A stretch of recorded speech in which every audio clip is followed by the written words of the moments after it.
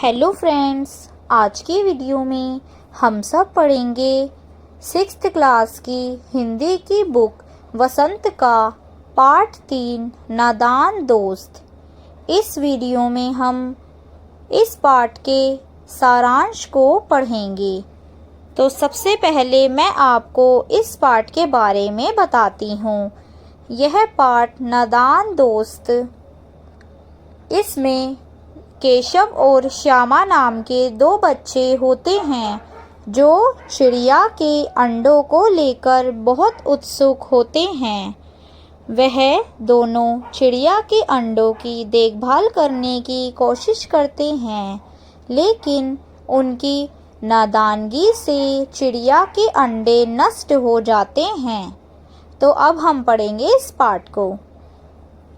केशव के घर कार्निस के ऊपर एक चिड़िया ने अंडे दिए थे। केशव और उसकी बहन श्यामा दोनों बड़े ध्यान से चिड़िया को वहां आते जाते देखा करती। सवेरे दोनों आंखें मलते कार्निस के सामने पहुंच जाते और चिड़ा और चिड़िया दोनों को वहां बैठा पाते। उनको देखने में दोनों बच्चों को ना मालूम क्या मज़ा मिलता। दूध और जलेबी की सुध भी ना रहती थी। दोनों के दिल में तरह तरह के सवाल उठते। अंडे कितने बड़े होंगे, किस रंग के होंगे, कितने होंगे, क्या खाते होंगे, उनमें से बच्चे किस तरह निकल आएंगे, बच्चों के पर कैसे निकलेंगे, घोंसला कैसा है। लेकिन इन बातों का जवाब देने वाला कोई नहीं। ना अम्मा को घर के काम धंधों से फुर्सत थी, ना बाबूजी को पढ़ने लिखने से।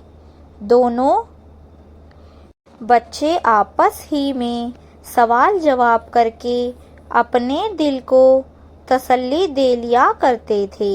श्यामा कहती, क्यों भैया, बच्चे निकलकर फुर से उड़ जाएंगे। केशव विद्वानों जैसे गर्व से कहता, नहीं री पगली, पहले पर निकलेंगे, बगैर परों के बेचारे कैसे उड़ेंगे। श्यामा, बच्चों को क्या खिलाएगी बेचारी। केशव इस पेचीदा सवाल का जवाब कुछ ना दे सकता था। इस तरह 3-4 दिन गुजर गए। दोनों बच्चों की जिज्ञासा दिन दिन बढ़ती जाती थी।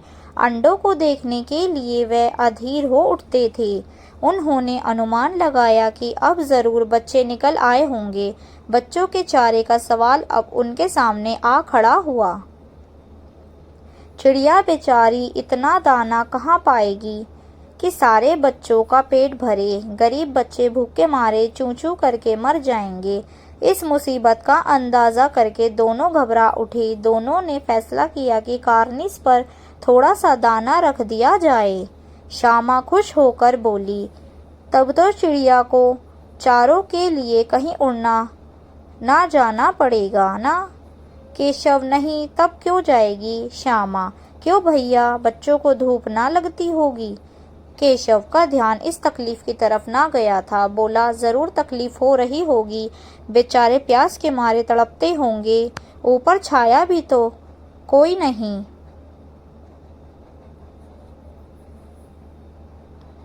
आखिर यही फैसला हुआ कि घोंसले के ऊपर कपड़े की छत बना देनी चाहिए। पानी की प्याली और थोड़े से चावल रख देने का प्रस्ताव भी स्वीकृत हो गया। दोनों बच्चे बड़े चाव से काम करने लगे।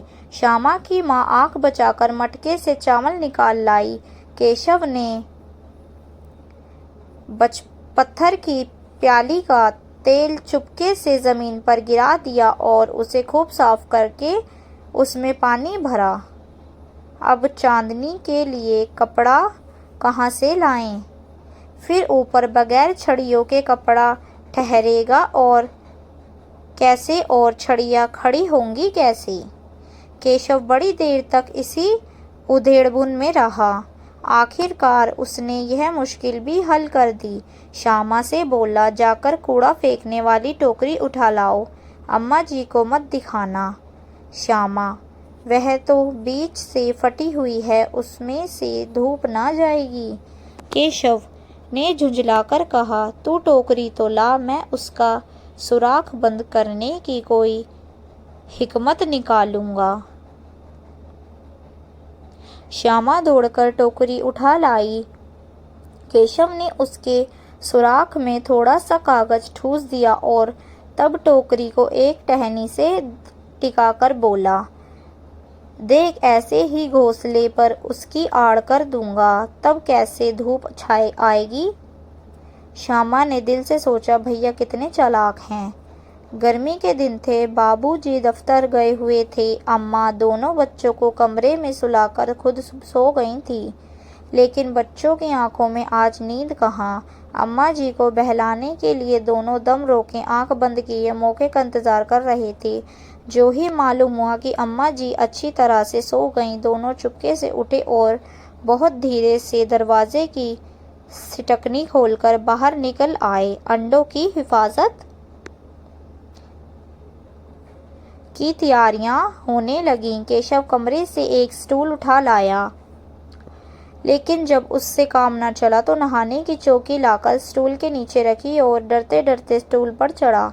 श्यामा दोनों हाथों से स्टूल पकड़े हुए थी। स्टूल चारों टांगों बराबर न होने के कारण जिस तरफ ज्यादा दबाव पड़ा था, जरा सा हिल जाता था। उस वक्त केशव को कितनी तकलीफ उठानी पड़ती थी, यह उसी का दिल जानता था। दोनों हाथों से कार्निस पकड़ लेता और श्यामा को दबी आवाज से डांटता, अच्छी तरह पकड़, वरना उतरकर बहुत मारूंगा। मगर बेचारी श्यामा का दिल तो ऊपर कार्निस पर था। बार बार उसका ध्यान उधर चला जाता और हाथ ढीले पड़ जाते। केशव ने जो ही कार्निस पर हाथ रखा, दोनों चिड़िया उड़ गईं। केशव ने देखा कार्निस पर थोड़े तिनके बिछे हुए हैं और उन पर 3 अंडे पड़े हैं।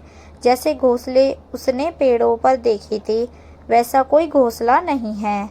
श्यामा ने नीचे से पूछा, भैया कैसे बच्चे हैं भैया। केशव, 3 अंडे हैं, अभी बच्चे नहीं निकले। श्यामा, जरा हमें दिखा दो भैया कितने बड़े हैं। केशव, दिखा दूंगा, पहले जरा चिथड़े ले आ, नीचे बिछा दूं। बेचारे अंडे तिनकों पर पड़े हैं। श्यामा दौड़कर अपनी पुरानी धोती फाड़कर एक टुकड़ा लाई।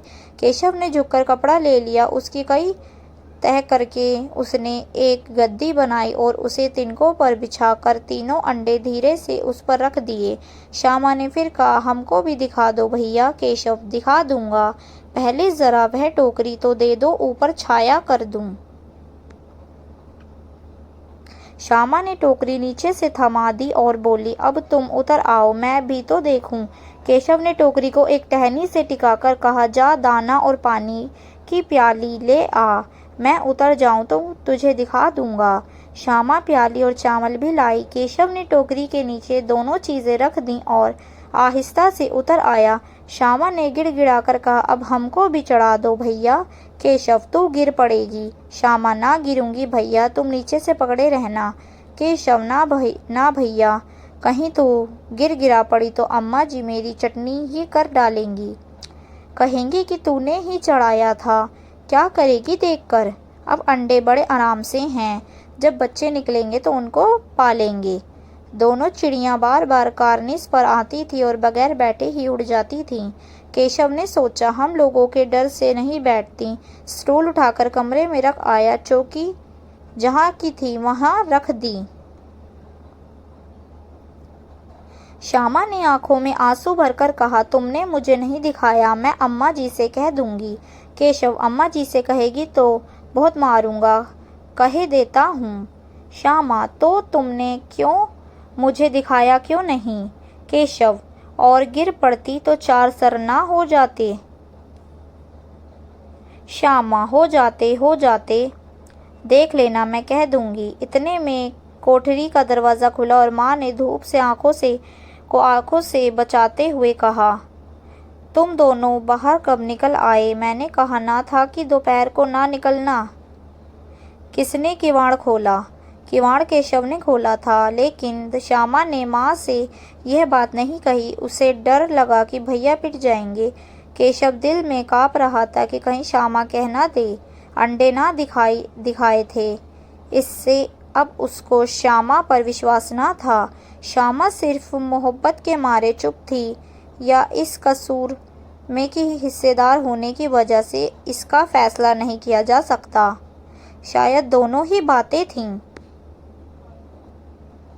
माँ ने दोनों को डांट डपट कर फिर कमरे में बंद कर दिया और आप धीरे धीरे उन्हें पंखा झलने लगीं। अभी सिर्फ 2 बजे थे। बाहर तेज लू चल रही थी। अब दोनों बच्चों को नींद आ गई थी। 4 बजे यक श्यामा की नींद खुली। किवाड़ खुले हुए थे। वह दौड़ी हुई कार्निस के पास आई और ऊपर की तरफ ताकने लगी। टोकरी का पता न था। संयोग से उसकी नज़र नीचे गई और वह उल्टे पांव दौड़ती हुई कमरे में जाकर जोर से बोली, भैया, अंडे तो नीचे पड़े हैं, बच्चे उड़ गए। केशव घबराकर उठा और दौड़ा हुआ बाहर आया तो देखा तो क्या देखता है कि तीनों अंडे नीचे टूटे पड़े हैं और उसने कोई चूने की सी चीज़ बाहर निकल आई है। पानी की प्याली भी एक तरफ टूटी पड़ी है। उसके चेहरे का रंग उड़ गया। सहमी हुई आंखों से ज़मीन की तरफ देखने लगा। श्यामा ने पूछा, बच्चे कहाँ उड़ गए भैया? केशव ने करुण स्वर में कहा, अंडे तो फूट गए। श्यामा, और बच्चे कहाँ गए? केशव, तेरे सर में देखती नहीं है, अंडों में से उजला उजला पानी निकल आया है। वहीं तो 2-4 दिनों में बच्चे बन जाते।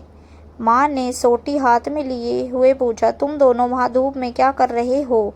श्यामा ने कहा, अम्मा जी, चिड़िया के अंडे टूटे पड़े हैं। माँ ने आकर टूटे हुए अंडों को देखा और गुस्से से बोली, तुम लोगों ने अंडों को छुआ होगा। अब तो श्यामा को भैया पर जरा भी तरस न आया। उसी ने शायद अंडों को इस तरह रख दिया कि वह नीचे गिर पड़े। उसे सज़ा मिलनी चाहिए। बोली, इन्होंने अंडों को छेड़ा था अम्मा जी। माँ ने केशव से पूछा, क्या रे केशव भीगी बिल्ली बना खड़ा रहा? माँ, तू वहाँ पहुँचा कैसे? हाँ माँ, चौकी पर स्टूल रखकर चढ़े अम्मा जी।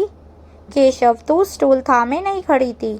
श्यामा, तुम्ही ने तो कहा था। माँ, तू इतना बड़ा हुआ, तुझे अभी इतना भी नहीं मालूम कि छूने से चिड़ियों के अंडे गंदे हो जाते हैं। चिड़िया फिर उन्हें नहीं सेती। श्यामा ने डरते डरते पूछा, तो क्या चिड़िया ने अंडे गिरा दिए अम्मा जी? माँ, और क्या करती? केशव के सिर इसका पाप पड़ेगा। हाय हाय, 3 जाने ले ली दुष्ट ने। केशव रोनी सूरत बनाकर बोला, मैंने तो सिर्फ अंडों को गद्दी पर रख दिया था अम्मा जी। माँ को हंसी आ गई, मगर केशव को कई दिनों तक अपनी गलती का अफसोस होता रहा। अंडों की हिफाजत करने के जोग में उसने उनका सत्यानाश कर डाला। इसे याद कर वह कभी कभी रो पड़ता था। दोनों चिड़ियाँ वहाँ फिर ना दिखाई दी। प्रस्तुत पाठ नादान दोस्त प्रेमचंद जी द्वारा रचित है। अब अगली वीडियो में मैं इस पाठ के प्रश्न उत्तर लाऊंगी जो पेपर में आएंगे और उससे आपकी बहुत हेल्प हो जाएगी। अगर आपको वीडियो पसंद आई तो वीडियो को लाइक करना, शेयर करना एंड चैनल को सब्सक्राइब करना। Thank you for watching my video and मिलते हैं नेक्स्ट वीडियो में।